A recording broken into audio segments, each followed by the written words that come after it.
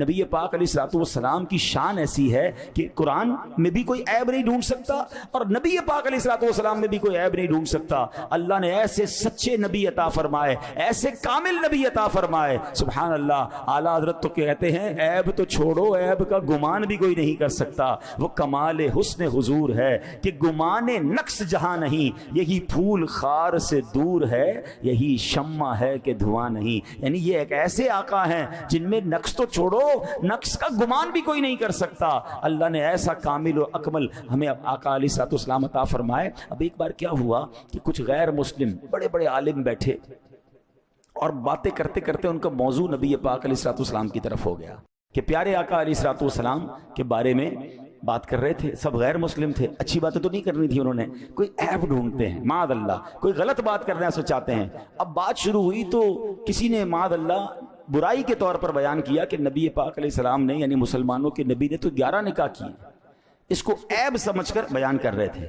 سب ان گستاخیوں میں اپنا اپنا حصہ ملا رہے تھے, معاذ اللہ برا بھلا کہہ رہے تھے. ایک اور غیر مسلم بیٹھا تھا, خاموش بیٹھا تھا کہ تم بھی تو کچھ کہو اس بارے میں.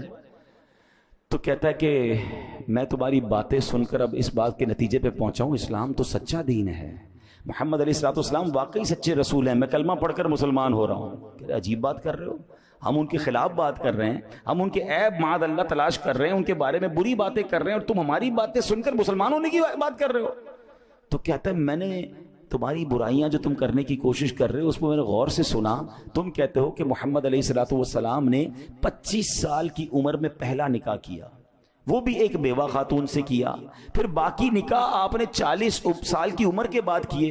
ذرا سوچو تو صحیح 25 سال کی عمر کیسی ہوتی ہے. جوانی کے 17-18 سال سے لے کر 25 سال تک انسان پر شہوات کتنا حملہ کرتی ہیں. مکے کا ایک خوبرو نوجوان ہے, بہترین صفات کا حامل ہے, اللہ اکبر, کتنا کردار پاکیزہ تھا کہ عرب کے اس بے حیائی والے دور میں ان کے کردار پر کوئی اثر نہ ہوا اور نفسانی خواہشات سے دور بے داغ جوانی گزاری. ایسا تو کوئی سچا نبی ہی کر سکتا ہے. لہٰذا میں مانتا ہوں کہ وہ اللہ کے سچے نبی ہیں, کلمہ پڑھ کر مسلمان ہو گئے ہیں. تلاش کرنے گئے تھے عیب, مگر عیب تو ملنا نہیں تھا.